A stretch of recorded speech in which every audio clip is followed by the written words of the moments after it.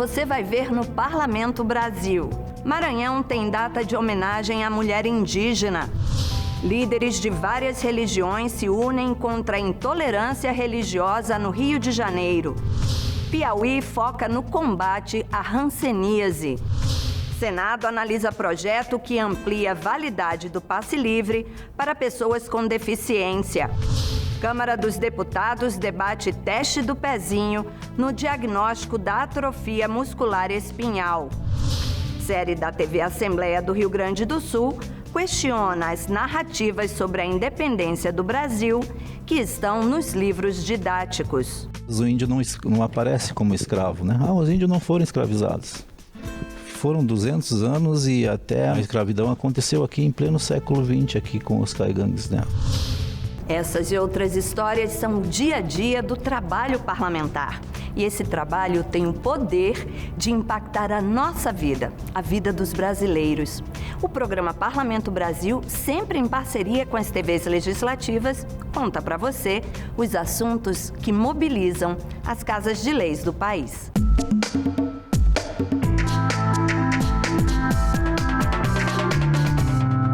A mulher indígena tem um papel fundamental na busca por justiça e na defesa dos direitos dos seus povos.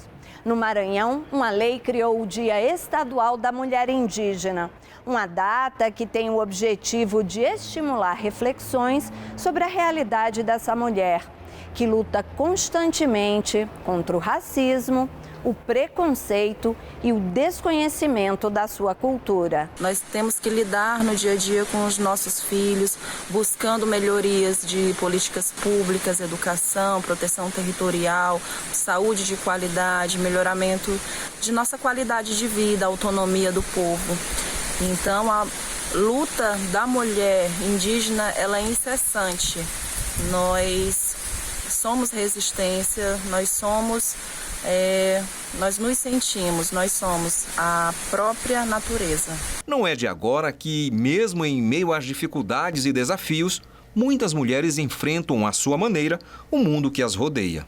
Esta é uma realidade também para as mulheres indígenas. Por isso, uma lei aprovada pela Assembleia Legislativa e sancionada pelo governo do estado institui no calendário de eventos do Maranhão o Dia Estadual da Mulher Indígena, que é celebrado em 5 de setembro. A data serve para refletir sobre as dificuldades provocadas pelo preconceito, racismo e desconhecimento sobre os povos indígenas, como observa esta enfermeira e mulher indígena. Essa data ela representa o protagonismo e a luta das mulheres indígenas em busca dos direitos e da igualdade social. E as pessoas não indígenas elas poderiam auxiliar nesse processo quando ainda se vê muito preconceito delas com o indígena na sociedade. O que não se pode perder de vista é que as mulheres indígenas, assim como os homens, fazem parte de um povo. As ameaças e a violência, quando ocorrem, não afetam um indivíduo, mas o povo indígena. Por isso, elas lutam por direitos, sem esquecer de todas as guerreiras que iniciaram esta batalha de resistência, como ressalta esta advogada e mulher indígena. Eu quero dizer que essa data, que representa um marco histórico, que foi criada para homenagear mulheres indígenas do passado, que tiveram sua parcela de contribuição na luta, na construção dos direitos individuais e coletivos, na justiça social, que a luta continua, que a resistência deve continuar, principalmente na luta contra o racismo, da discriminação e da violência contra a mulher. Assim, o 5 de setembro é o momento para reconhecer e valorizar a importância da mulher indígena na busca por justiça e em defesa dos direitos individuais e coletivos. No Amapá, guardas florestais querem a regulamentação da atividade. No Rio de Janeiro, líderes de diferentes religiões se reuniram para combater a intolerância religiosa. Veja o que foi notícia nas casas legislativas do país. Seu José Lúcio é guarda florestal desde 2009. Hoje ele exerce a função de comandante da Guarda Florestal no Amapá e usou a tribuna durante sessão ordinária na Assembleia Legislativa para pedir apoio dos parlamentares para a aprovação da lei que regulamenta a entidade como órgão oficial. Depois dessa legalização, será possível exercer a atividade como trabalho remunerado. Hoje, acontece de forma voluntária. Hoje, 200 anos da independência, foi acolhido nessa Casa de Lei, né? E apoiado de forma aplausível, né? Que os deputados puderam dizer para nós, não só para mim que estava defendendo a lei, mas para todos os guardas, que a partir desse momento, né? O pontapé inicial para que saia do papel e que nós sejamos bem. De que forma? De que tange a lei, né? Dê a permissão para que a gente possa vir fazer o nosso trabalho. São pouco mais de 200 guardas florestais que precisam também de uma sede e equipamentos para realizarem as fiscalizações em todas as áreas de florestas do estado. No fim da sessão, foi firmada uma agenda com previsão de acontecer até o fim do ano para a discussão das demandas e encaminhar ao Poder Executivo. Com o objetivo de promover a diversidade religiosa através do diálogo, respeito e conhecimento, o Instituto Expo Religião realiza o primeiro Congresso Interreligioso Internacional, após 11 anos realizando encontros de religiões em feiras, seminários e rodas de conversa. Segundo a jornalista e diretora do evento, Luzia Lacerda, a realização do congresso foi necessária para se debater mais profundamente casos de violência e colaborar com os poderes executivos e legislativos no desenvolvimento de políticas públicas contra esse tipo de crime. Ano passado, quando nós fizemos 10 anos, nós fizemos um seminário no auditório da LERJ, inauguramos o auditório da LERJ e nos surpreendemos com as respostas que tivemos. Em uma só delegacia nós temos denúncia de quatro denúncias ao dia. Esse é um número muito alto, porque agora você pode denunciar em qualquer delegacia. Então, se você pegar todas as delegacias que você tem no Rio de Janeiro e multiplicar por 4, chegamos a um número absurdo. Então, eu entendi que era a hora da gente fazer um congresso. De sugerir aqueles 2 projetos de leis que foram entregues. O evento conta com a participação de 23 líderes religiosos, que abordarão temas como políticas públicas, liberdade, a presença da religião na cultura, na ciência e no social e a intolerância religiosa. Nós somos todos filhos de Deus, criados por Deus. Cada um tem direito à sua crença ou não crença. E somos convidados a conviver em paz e construir realmente cada vez um progresso baseado nisso, no respeito, no amor ao próximo, seja lá qual for a sua identidade religiosa ou não. Infelizmente, tem que fazer leis para aquilo deveria ser algo que está muito no coração das pessoas, de querer bem um ao outro, não importa qual seja a sua religião, a sua ideia, a sua ideologia, mas de conviver em paz. Esse é o nosso desejo e esperamos que esse congresso conduza a isso. Em novembro do ano passado, a LERJ aprovou o relatório da CPI da intolerância religiosa, que resultou em mais de 30 recomendações para órgãos públicos. Durante o evento foram entregues 3 sugestões de projetos de lei, 2 estaduais e 1 federal, que tratam do aumento das penas e maior rigor para reincidentes de crimes religiosos e o uso da religião no tratamento de pessoas com algum tipo de doença. Olha, se você quiser saber um pouco mais sobre as diferentes religiões que existem, muitas das quais muita gente nunca ouviu falar, você pode acessar o site da Expo Religião, viu? O endereço está aqui na tela. Eles têm também um programa na TV Alerj, que fica disponível na internet. É só acessar a playlist da Expo Religião no canal da TV Alerj no YouTube. O assunto é hanseníase. Profissionais que atuam nas unidades básicas de saúde lá de Teresina, capital do Piauí, estão sendo treinados para fazer o diagnóstico e oferecer o tratamento eficaz da doença. A capacitação acontece nas unidades básicas de saúde, com vários profissionais, entre médicos, enfermeiros e técnicos.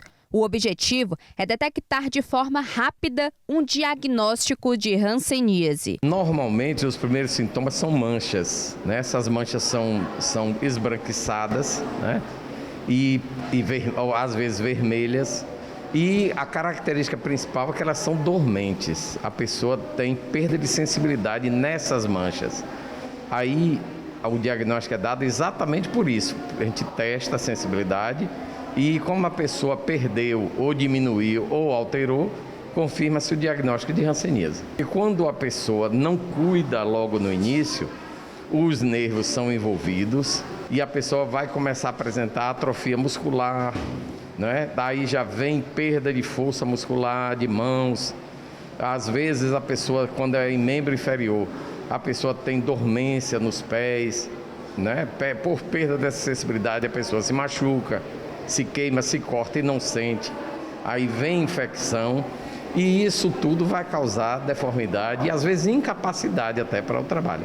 O Ministério da Saúde fez uma análise de números e chegou à conclusão que 78 municípios no Brasil são prioritários para essas capacitações. E Teresina foi uma das cidades escolhidas. E por que Teresina foi escolhida? Porque o coeficiente de detecção está acima de 40, que indica uma hiperendemicidade.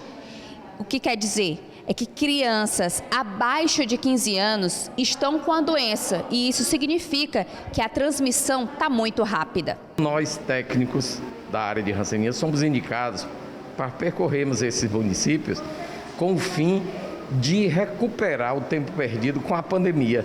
Não é? Nós perdemos muito, muita gente deixou de comparecer às unidades de saúde, muitas doenças como hipertensão, diabetes, etc.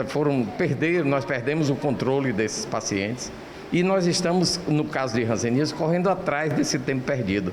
Então o que se quer são capacitar equipes, informar a população. Existe uma prevalência oculta, quer dizer, muita gente com hanseníase que não detectou ainda. E essas pessoas podem estar infectando outras, parentes, vizinhos, etc.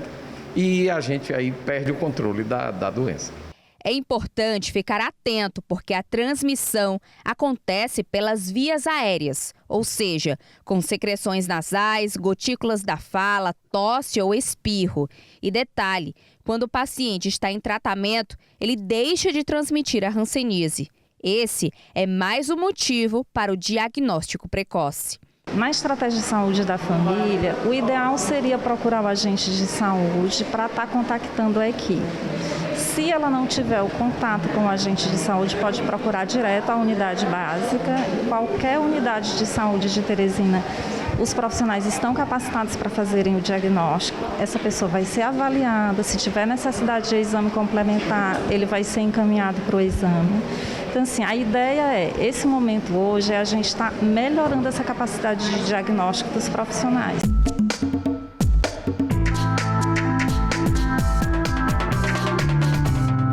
O teste do pezinho detecta doenças raras em recém-nascidos que podem levar à deficiência física e intelectual.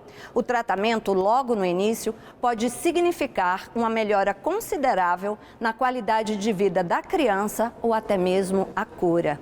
Eu tenho um exemplo na minha família.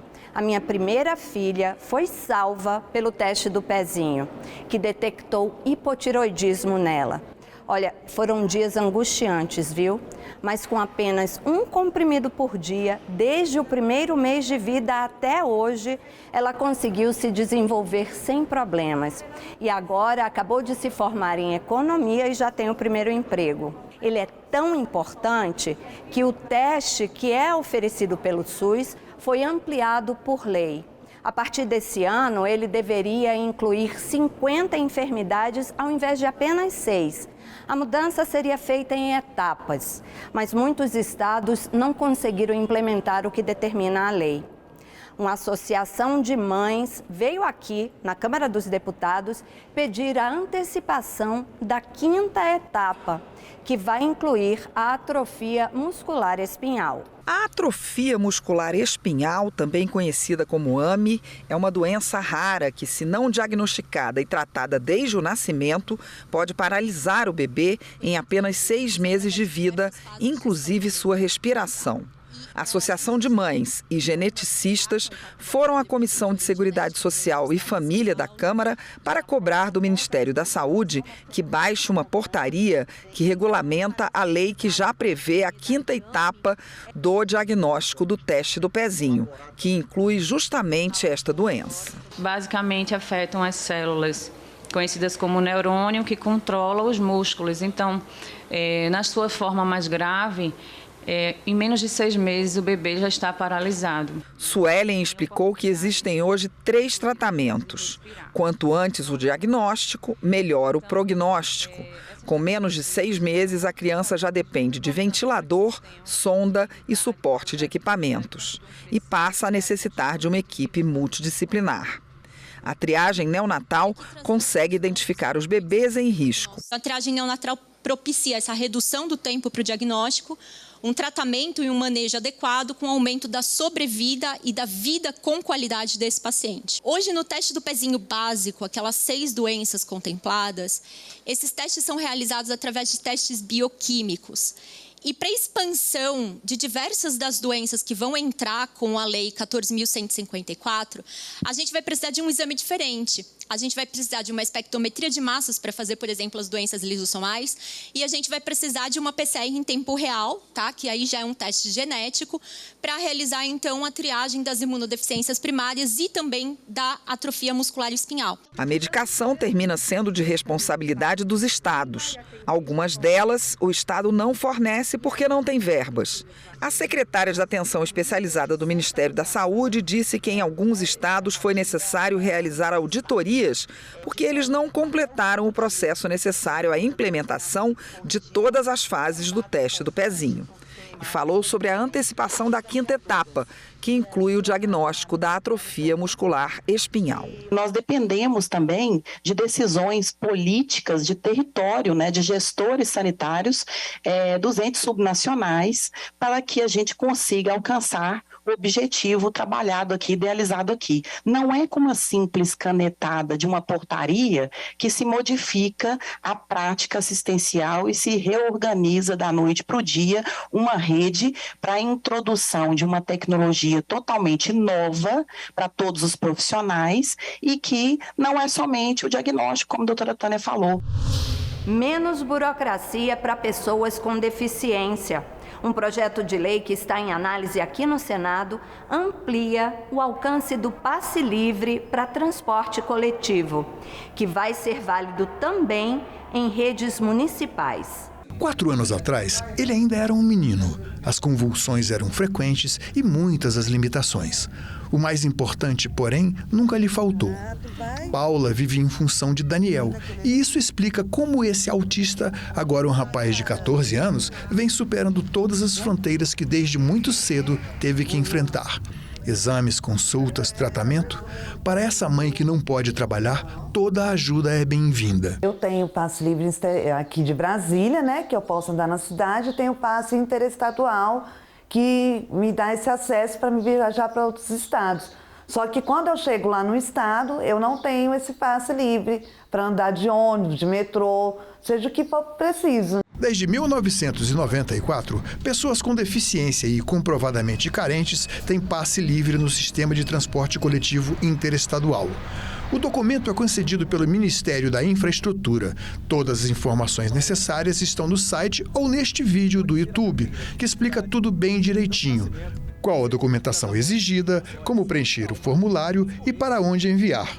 Num país onde milhões de pessoas enfrentam problemas de mobilidade em decorrência de suas limitações físicas ou mentais, um projeto do Senado deve facilitar bastante o deslocamento do deficiente fora do seu local de residência. O passe livre interestadual permite que o deficiente e acompanhante possam viajar de graça dentro do território brasileiro, mas ele não vale no sistema de transporte de estados e municípios.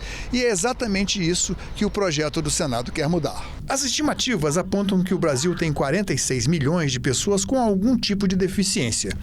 Um percentual considerável dessa população tem limitações que são incapacitantes para o trabalho e exigem suporte de políticas públicas, como o benefício de prestação continuada. O projeto do senador Alessandro Vieira reduz a burocracia e amplia as chances de mobilidade de quem mais precisa. Eu acho que deveria valer em todos os estados, né, para todas as pessoas, porque é uma necessidade básica, né? A minha trajetória do Daniel, a gente usa o passe livre desde pequeno para fazer terapia, para fazer consultas, tratamento, né?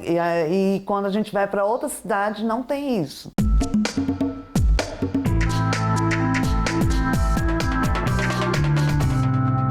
Hoje em dia se fala muito em narrativas, não é verdade?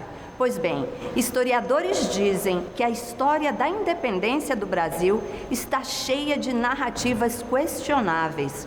Nessa celebração do bicentenário, eles afirmam numa série da TV Assembleia do Rio Grande do Sul que a gente precisa estudar a nossa história e compreender melhor o papel das mulheres, dos indígenas e dos escravizados.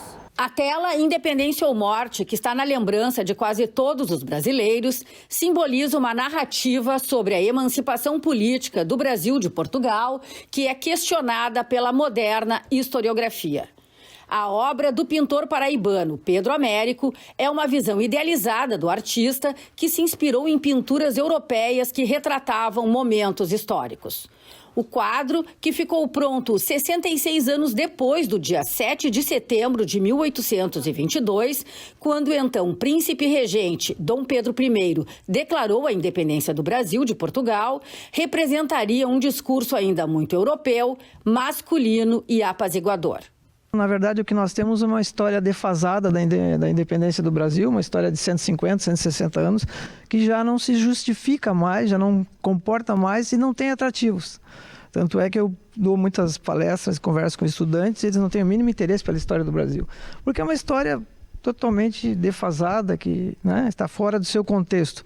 Adams é um dos convidados da série produzida pela TV Assembleia, A Independência do Brasil sob o olhar do século XXI.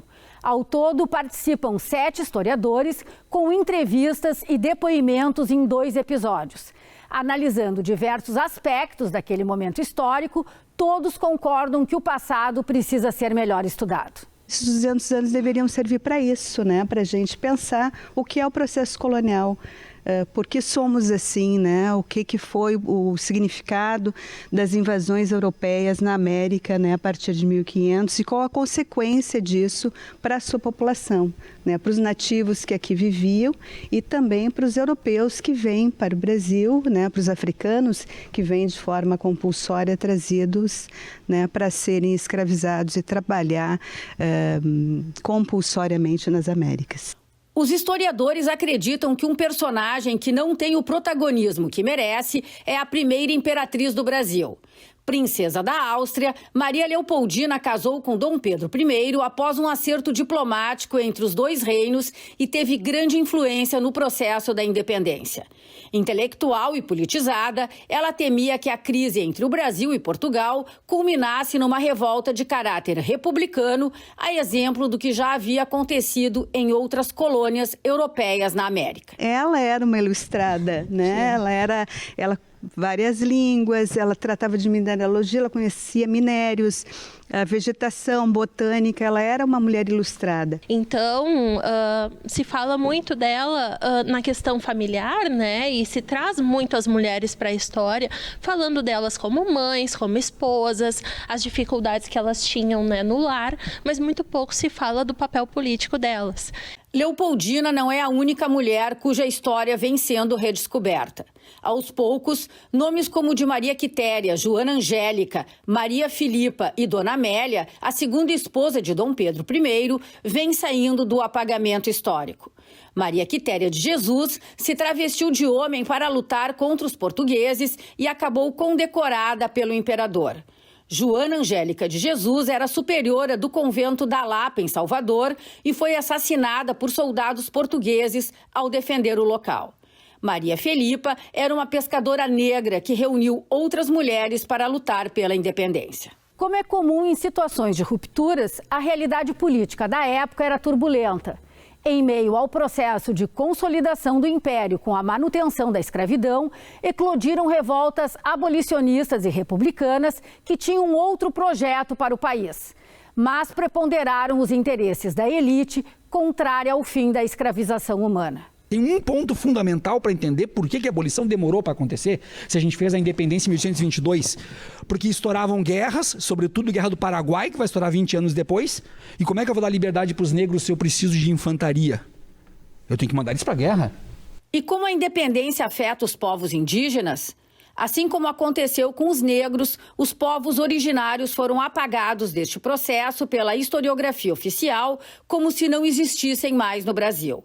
Talvez porque o momento fosse de violência contra os indígenas. E assim como a escravidão, este é um esqueleto que o país não quer tirar do armário.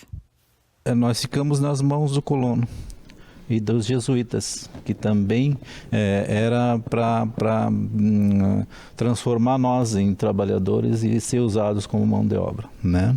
Já em 1610, um cacique Tupinambá já explicava tudo sobre a escravidão. Muitas vezes o índio não aparece como escravo, né? Os índios não foram escravizados.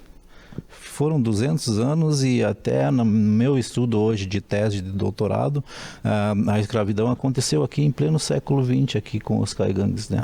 A exploração da mão de obra, aqui no estado do Rio Grande do Sul. O certo é que 200 anos depois do Grito do Ipiranga, como todo o complexo processo da independência costuma ser resumido em livros didáticos, a escravidão e o massacre dos indígenas ainda são uma ferida aberta que o Brasil precisa superar, reconhecendo o passado e reparando heranças coloniais que perpetuam desigualdades. Quando pensamos a comunidade negra, indígena, né, mulheres de toda sorte, brancas, negras, LGBTQI+, nós ainda estamos palmilhando, né, a ideia de concluir uma cidadania. É uma cidadania inconclusa. É importante que a gente realmente leia a história do Brasil, conheça a história do Brasil, porque somente um povo que conhece a sua história, que busca conhecer a sua história, ele não comete os erros que já foram cometidos no passado. Olha, nesse bicentenário tem muita reportagem, série de streaming, filmes, livros, tudo isso contando a nossa história de uma forma que a gente não aprendeu na escola. Vale muito a pena, viu? E o Parlamento Brasil fica por aqui. Se você quiser rever qualquer um dos nossos programas, já sabe, tem tudo na internet. senado.leg.br/tv/Parlamento Brasil. Tem o canal da TV Senado no YouTube, vai lá e se inscreve. E tem o velho e-mail. Manda uma mensagem. Semana que vem a gente volta. Tchau!